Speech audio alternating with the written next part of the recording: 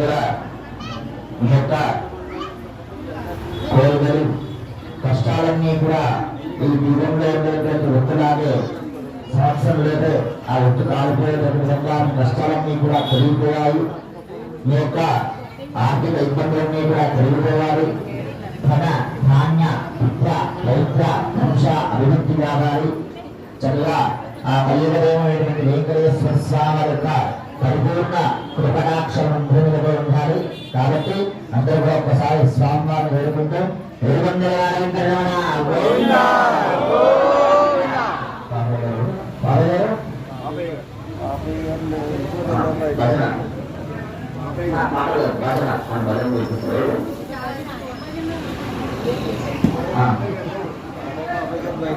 Jai Srimannarayana Jai Shri